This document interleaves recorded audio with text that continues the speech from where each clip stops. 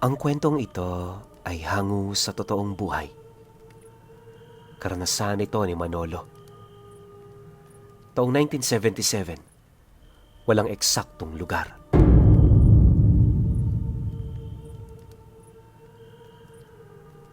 Bago natin simulan ang kwento, ipagpapauna ko ng ihingi ng paumanhin sa inyo ang paglilihim ko sa eksaktong lugar ni Manolo.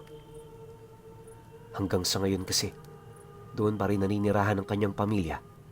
Kaya alang-alang na rin sa katahimikan ng buhay nila na pagdesisyonan kong wag na yung ilahad. Basta, nasasakop sila sa lupain ng Quezon at kung gusto nyo silang makita, kayo na lang ang bahalang maghanap kung saan yun doon. Noong mga panahong ito, naging tanyag sa isang baryo ang pangalang Manolo. Isa siyang albularyo kung saan nakilala siya sa hindi matatawarang husay niya sa panggagamot. Ayon nga sa mga taong natulungan niya, lahat ng karamdaman paniguradong may lunas kung si Manolo ang manggagamot dito. Dahil sa ganoong paniniwala, parang sunog sa talahiban ang pagkalat ng kanyang pangalan sa kabuuan ng Quezon. Bagaman maraming taong hindi kumbinsido, pinili ni Manolo ang ituloy ang kanyang mga nasimulan. Para kasi sa kanya, wala naman siyang pakialam sa sasabihin ng ibang tao basta nagagawa niya ng malaya ang mga bagay na kanyang nais gawin. Suportado rin siya ng kanyang 6 na anak, kaya na may nakakapanggamot siya nang may kapanatagan sa kanyang puso.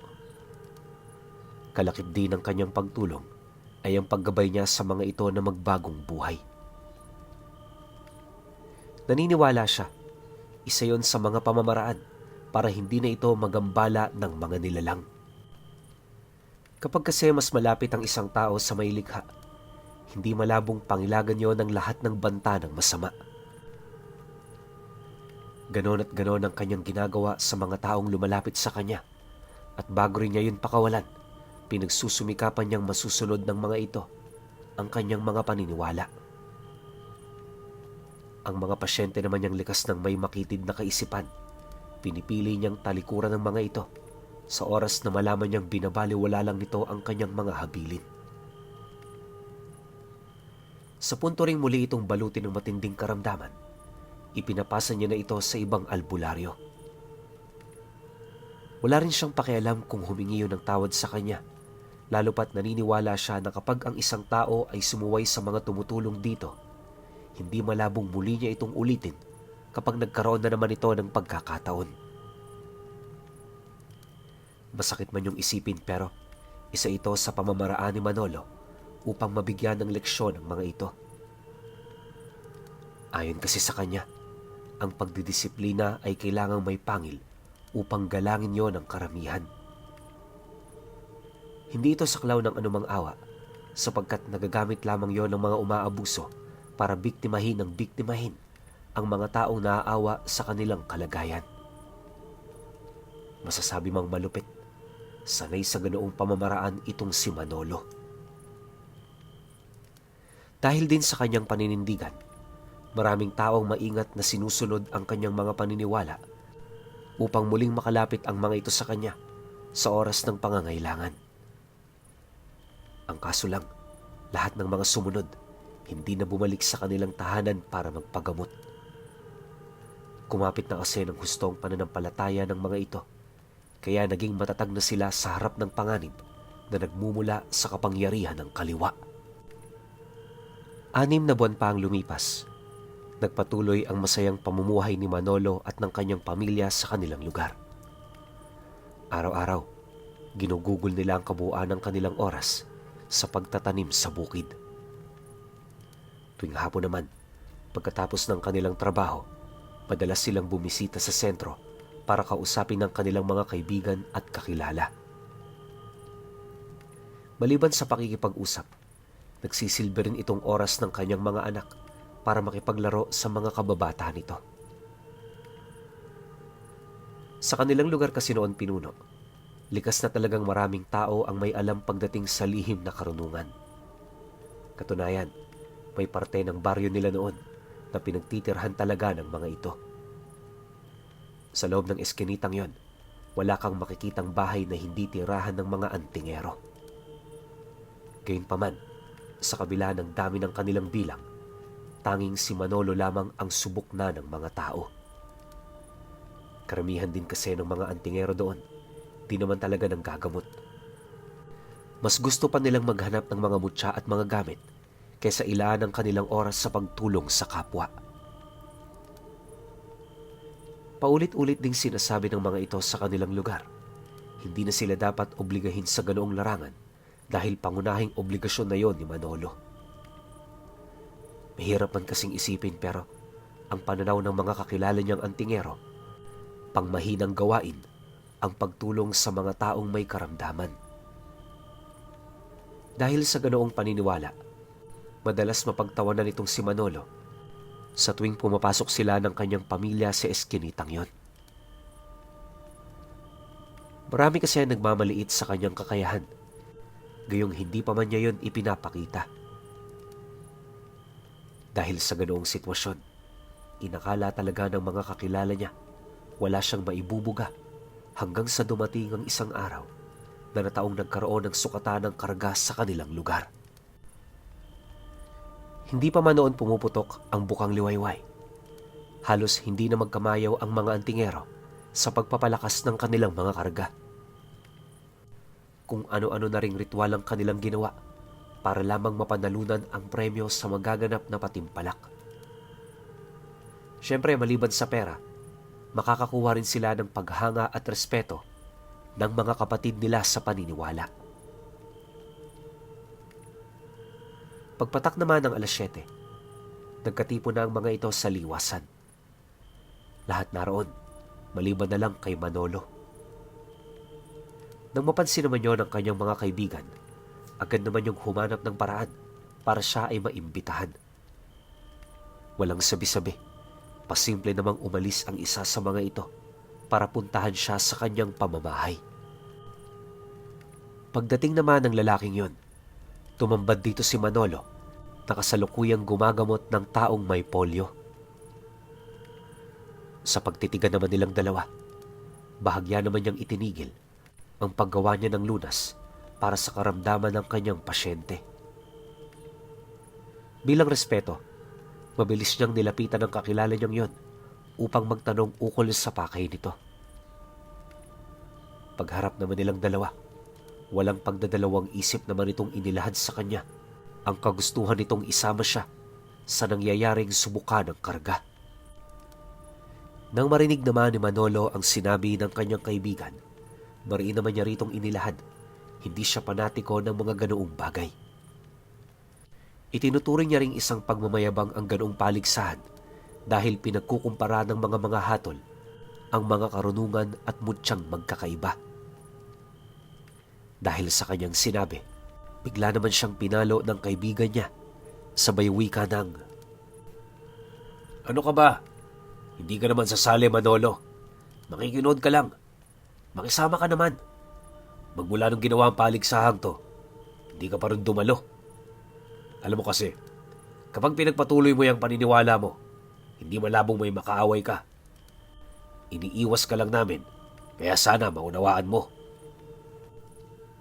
Nang marinig naman niya ang sinabi nito, pinili na lamang niyang manahimik habang dahan-dahang napapatingin sa pasyente niyang naghihintay sa kanya. Makalipas pa ang ilang minuto, para wala na rin silang maging pagtatalo, nagdesisyon itong si Manolo na pagbigyan nito. Ang kaso lang, kung hangad nitong sumama siya, kinakailangan nitong maghintay.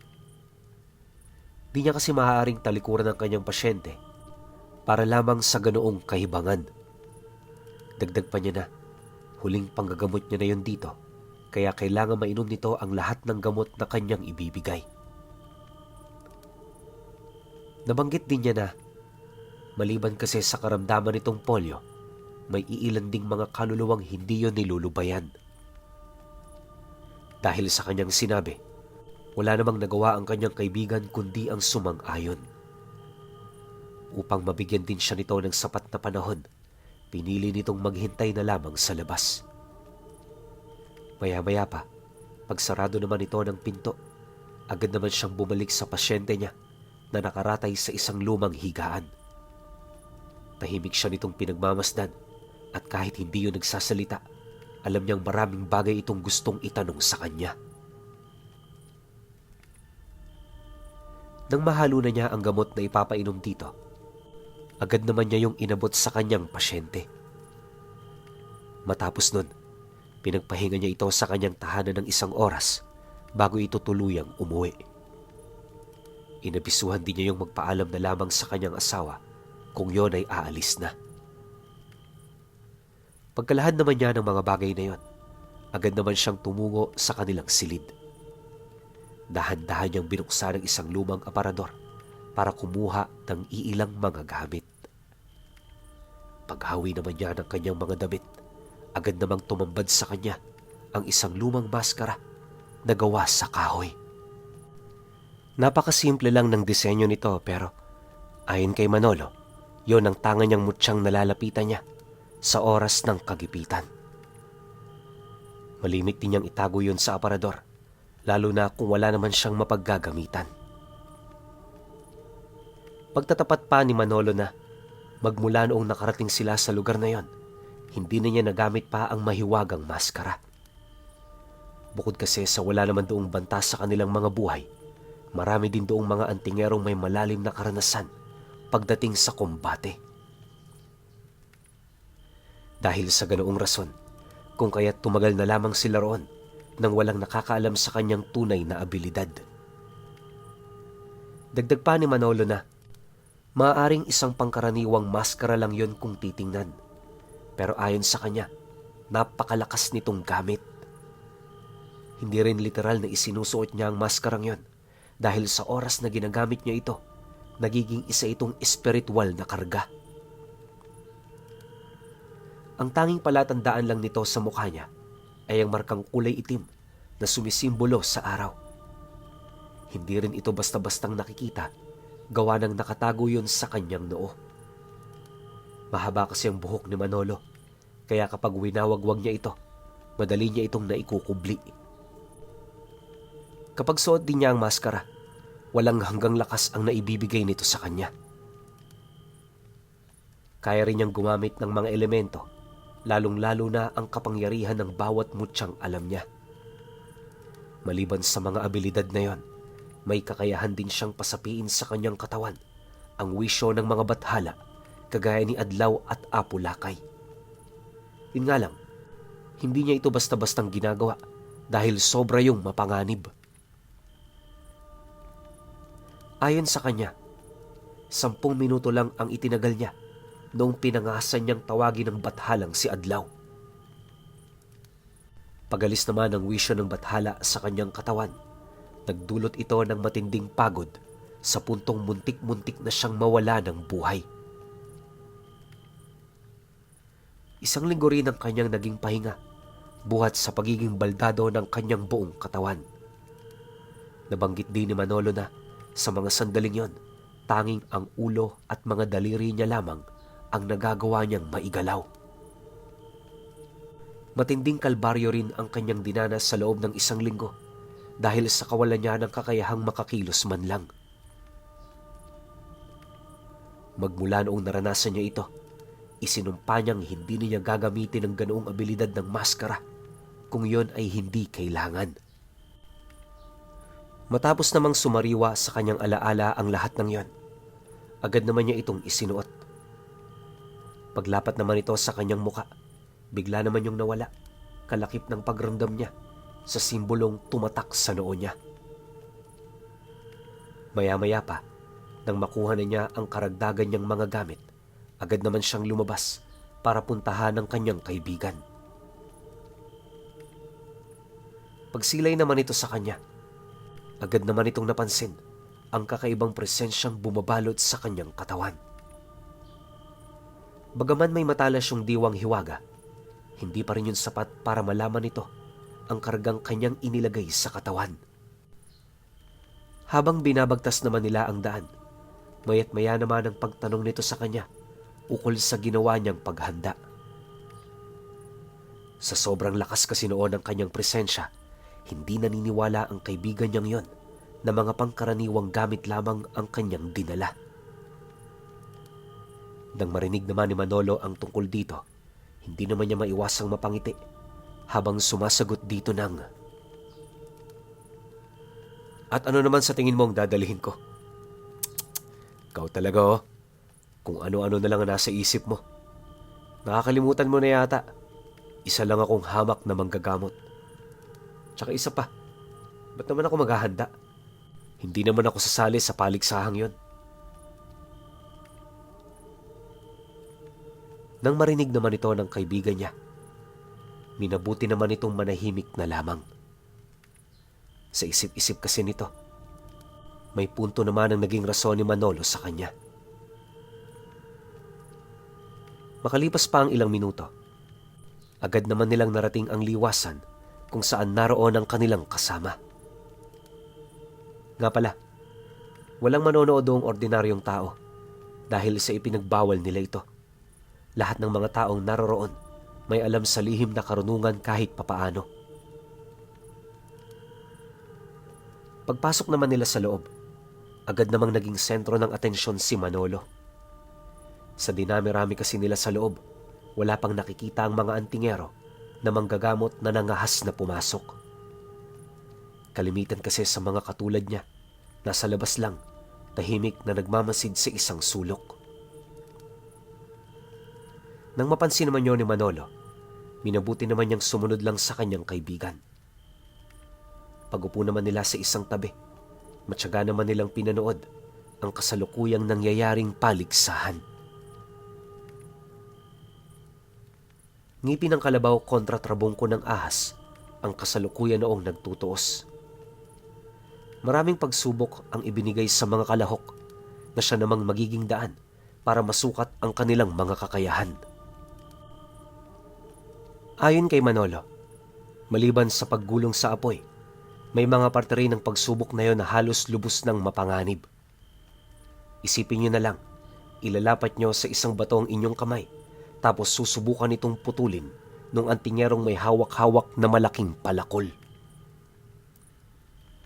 Sobrang mapanganib ang ganoong pagsubok dahil konting pagkasindak lamang maaaring iwan ng mga ito ng gabay ng kanilang mga mutya. Sa oras din na mangyari ang bagay na yon, paniguradong mawawalan na sila ng kamay. Katunayan, sa 5 kalahok na tumapos sa pagsubok na yon, 2 na ang naputulan. Yung iba naman, halos mawala na ng buhay dahil sa paglublob nito ng ilang minuto sa loob ng malaking balding may takip. Base rin sa salaysay ng mga manonood, kung hindi nila yon napansin, marahil ay isa ng malamig na bangkay yung kasama nilang nangahas na gawin ito. Sa pagpapatuloy naman ng ganoong pangyayari, maigi namang pinagmasdan ni Manolo ang bawat ginagawa ng mga antingero. Habang tumatagal, hindi niya may pagkakailang parang may mali sa mga nangyayari. Dahil dito, minabuti naman niyang palalimin ang saklaw ng paningin ng kanyang ikatlong mata upang makita kung may kakaiba nga sa mga taong kaharap niya. Makalipas lamang ang ilang minutong pagmamasid, pagsilay naman niya sa namamahala sa paligsahang yon, may napansin siya roong hindi kaaya-aya. Sa kabila kasi ng tangan nitong presensya, may napansin siyang isang napakadilim na aura na nagtatago. Dahil dito, hindi niya inalis ang kanyang paningin doon hanggang sa kalaunay napansin naman niya ang pamumula ng mga mata nito kasabay ng pagbabago ng wangis ng muka. Matapos naman yung masilayan ni Manolo, agad naman niyang inisip ko ano ang nilalang na yon hanggang sa kalaunay na baling ang kanyang atensyon sa minsan niyang narinig na kwento ukol sa mga aswang na may kakayahang gayahin ang presensya at aura ng isang antingero. Tinatawag ang mga nilalang na yon na mga aganas, isang lahi ng mga aswang na tubong negros. Likas na tusong mga ito at base sa mga matatandang minsang nabanggit sa lahi nito, napakailap ng mga nilalang na yon. Hindi ito basta-bastang nakikita ng tao, gawa ng kalimitan na sa kaanyo-anyo ng isang malakas na antingero. Matapos naman itong maalala ni Manolo, napagtanto niyang maaaring ang paliksahang isinagawa ng mga ito ay para lamang paglaruan sila. Para sa kanya, hindi yun katanggap-tanggap. Kaya naman naghanap siya ng pagkakataon para makumpronta ang mga nilalang na yon. Sa pagsapit naman ng hapon, nagpatuloy ang paligsahan kung saan marami na sa kanila ang malubhang na sugatan. Nang malaman naman niyang hanggang gabi ang subukan ng karga, hindi na rin siya nagdalawang isip na patapusin ito. Nang marinig naman yon ng kanyang kaibigan, di naman ito maiwasang magtaka. Gawa ng kani-kanina lang, parang wala siyang ganang manood ng mga ganoong bagay. Nang marinig naman niya ang sinabi nito, pinili na lamang niyang manahimik habang patuloy na nagmamasid. Sa paglalim naman ng gabi, nang 2 kalahok na lamang ang natitira, doon na siya nagdesisyong kumilos. Habang abala ang mga kakilala niya sa panunood, dali-dali naman siyang tumayo sa kanyang kinaroroonan, sabay lakad patungo sa pinakagitnang bahagi ng liwasan kung saan nagaganap ang subukan. Dahil sa kanyang ginawa, agad naman niyang naagaw ang atensyon ng iilang mga antingerong nanonood. Kagaya ng inaasahan, walang patid naman siya nitong pinagmumumura hanggang sa kalaunay hindi na rin nakapagpigil ang iba na sugurin siya. Ang kaso lang, bago pa man makalapit ang mga ito, hindi na nagdalawang isip itong si Manolo na humawak sa simbolo ng maskara habang tinatawag ang espiritu ng bathalang si Sidapa. Kaya yon ang napagpasyahang tawagin ni Manolo dahil sa hindi masukat na kapangyarihan nito. Sa isang iglap, bigla naman yung pumaloob sa kanyang katawan at kasabay nito ang pagsilay niya sa wangis nito sa pamamagitan ng kanyang isipan. Ayon kay Manolo, bukod tangi ang anyo ni Sidapa. Ang kabuuang wangis kasi nito, gawa sa purong kahoy. May korona rin yun sa ulo at may tanga nitong 2 ginintoang tabak. Nakalutang din sa lupa ang nilalang na yon at nakasuot ito ng isang mahabang palda para mapagtakpa ng kasarian niya. Habang dahan-dahan namang lumalapit sa kanyang espiritu ang nilalang na yon, naririnig niya ang mga sinasabi nito. Maya-maya pa, nang magkaharap na silang dalawa, agad naman niyang nilingon ang kinaroroonan ng 2 aganas habang nagwiwika sa bathalang yun ang, "Pasensya ka na sa ginawa kong pangiistorbo sa'yo. Malakas ang aking kalaban, kaya kailangan ko ng tulong mo." Nang marinig naman yon ni Sidapa,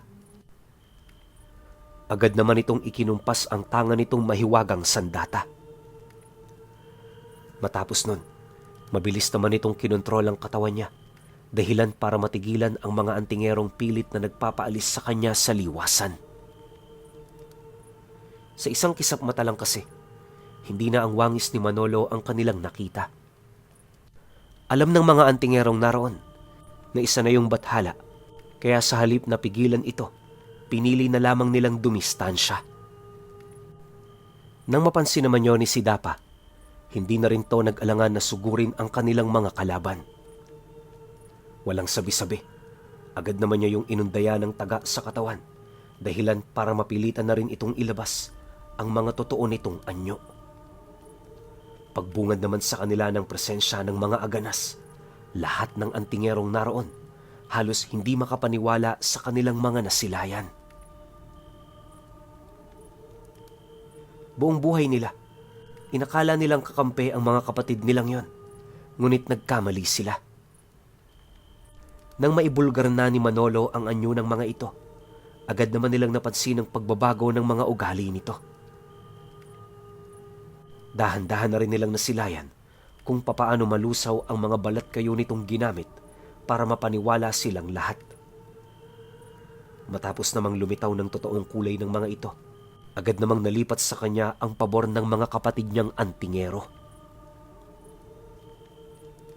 Makalipas pa ang ilang minuto, nagpa siyang mga antingerong nanonood na tumulong sa kanya.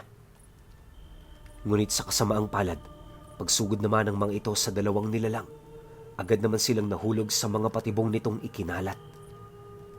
Dahil sa pangyayari, agad namang inutusan ni Manolo ang iba pa niyang mga kasama na ilayo ang mga ito. Mariin din niyang pinayuhan ng mga taong yon na huwag nang magpadalos-dalos upang hindi nila sapitin ang ganon. Dahil sa kanyang sinabi, wala namang nagawa ang kanyang mga kasama kundi panoorin siya. Nang marinig naman ng dalawang aganas ang mga katagang sinambit niya, hindi naman maiwasan ng mga itong ngumisi buhat sa kanilang nararamdamang pagkatuwa. Kahit kasi isang bathala na ang nasa harapan nila, sadyang kumbinsido pa rin ng mga nilalang na yon na sila ang magwawagi. Maya-maya pa, nang akmang papasugod na itong si Manolo, bahagya naman siyang natigilan nang marinig niya ang isa sa mga itong magwika ng, "2 kontra 1. Hindi ka kaya lugi niyan? Huwag mo naman kaming maliitin. Baka nakakalimutan mo. Taglay namin ng mga mutya nang kasama ninyong napaghiraman namin ng anyo." Dahil sa sinabi nito, di naman nakapagpigil itong si Manolo. Kahit alam niyang malalakas ang tangan nitong mutya, pinili niya pa rin kaharapin ng mga ito dahilan para magpang-abot silang 3.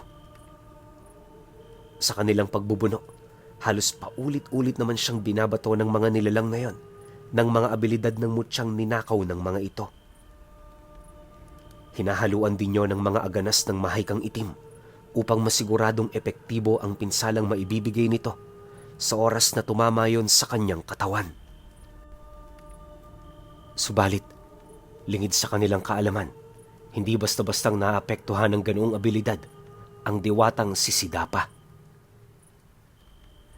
Sa sobrang lakas kasi ng mga espiritual na kalasag nito, tanging mga bathala lang din ng kadiliman ang may kakayahang puminsala rito. Dahil sa ganoong rason, kahit makailang beses na siya nitong tinamaan, nanatiling baliwala yon para sa kanya. Sa pagtagal pa ng pagtutuos nila, unti-unti nang napapansin ng mga aganas ang tibay ng kanyang depensa. Dahil dito nagsimula na ring magseryoso ang mga nilalang na yon, kasabay ng paggamit nito ng malalakas nilang pag-atake. Habang walang patid naman siya nitong sinusugod, nanatiling nakatayo lang naman itong si Manolo, pilit pinakikiramdaman ang bawat kilos ng kanyang mga kalaban. Masyado kasing mabilis ang mga aganas noon, sa puntong bago pa man niya yun makita, tumama na ang matatalas nitong mga kuko sa katawan niya. Hindi naglaon. Nang matutunan na rin niya ang mga pamamaraan ng atake nito, doon na nagsimulang kumilos itong si Sidapa. Paghugot naman ito ng 2 armas ni Manolo, mabilis naman itong sinugod ang isa sa mga aganas, dahilan ng pagkapugot ng ulo nito. Sa sobrang bilis ng ginawa nitong pag-atake, inabot pa ng ilang segundo bago napansin ng natira niyang kalaban na wala na pala ang kasama nito. Dahil sa pangyayari, agad namang bumakas sa mukha nito ang matinding pagkagulat. Nang mapagtanto naman niyo ni Manolo, dali-dali naman niya itong nilapitan at walang pagdadalawang isip na itinarak sa dibdib nito ang tangan niyang tabak. Pagtagos naman ng sandatang yun sa likod ng aganas, agad naman itong nakaramdam ng matinding panghihina kasabay ng pagsusuka nito ng itim na dugo. Maya-maya pa, tuluyan na rin yung binawian ng buhay at nung mapansin niya ito, agad naman niya yung tinadyakan dahilan para mapasubasob ito sa kanyang harapan. Sa pagbalik naman ng katahimikan sa paligid, dali-dali namang lumapit sa kanya ang mga antingerong nagmamasid. Noon ding mismong gabing yan, tinanghal siya nitong nagwagi sa naganap na paligsahan. Tumaas na rin ang paningin ng mga ito sa kanya, sa puntong siya na ang hinirang bilang pinuno ng lahat ng antingero sa kanilang baryo. Magmula noon, nagsimula na rin ang marangyang pamumuhay nila Manolo sa tulong ng kanyang mga kapatid sa paniniwala. Magpahanggang sa ngayong pangkasalukuyan, kahit matagal na siyang wala, patuloy pa ring namumuno ang kanyang pamilya.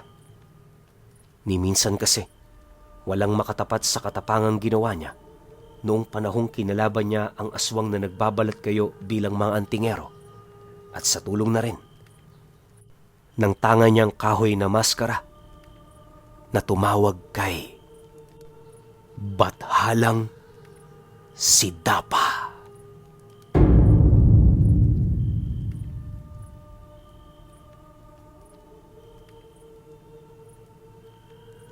Okay. Opinyon ko sa kwento.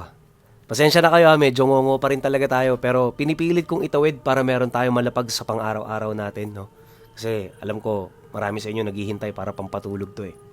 Pero yun nga, masasabi ko rito sa kwento natin, ang galing lang nung pagkakapaliwanag ni Manolo na sa tuwing sinasapian siya o sinasaniban siya ng mga tinatawag niyang diwata, bathala o kung ano pa yung malalakas na elemento na nasa panig ng kanan, normal talaga na magiging sabog ka ron. Talagang manghihina ka. Kasi nga isipin mo sasapi sa katawan mo. Isang bathala, sobrang makapangyarihan nun. Buti na lang meron yung maskara. Feeling ko kapag dumadaan sa maskara yung tangan-tangan ni Manolo, pag dumaan sa maskara yung bathala, medyo nababawasan pa yung lakas nun eh. Diba? Kasi kung rektang sasanib yun sa'yo, maliban na lang syempre kung kinalugdan ka, yung talagang hinayaan ka ng bathala na gamitin yung kapangyarihan niya, kumbaga chosen one ka, walang ganong kaso. Pero sa kaso kasi ni Manolo, kailangan niya pang tawagin gamit yung maskara na yun. So ako, para sa akin, medyo nababawasan yung lakas ng diwata kapag dumadaan dun sa maskara. Para rin, syempre, hindi siya mamatay. Diba? Buti na lang talaga, no? Tinutulungan siya ng ganitong klase ng mga elemento kasi kung wala to, malamang sa palamang yung bagong lahi ng aswang na ngayon ko lang narinig, na kaya magpanggap na malalakas na mga antingero, yung mga aganas, malamang hanggang ngayon umiiral pa rin tong mga to eh. Pero buti na lang talaga, andun si Manolo, mautak, tapos ang lakas ng tanga niyang maskara na ang tanong ngayon, nasan kaya yun? Di ba pwedeng naipamana niya yun sa isa sa mga anak niya? Sana lang ganun, no? Sana hindi nawala. Tsaka sana nagamit nila sa mabuti. Overall, masasabi ko sa kwento na to, sobrang ganda, sobrang misteryo. Pero syempre kayo pa rin. Kung may opinion kayo sa kwentong ito, comment nyo lang sa baba. Yun lang. Hanggang sa susunod na kwento. Salamat.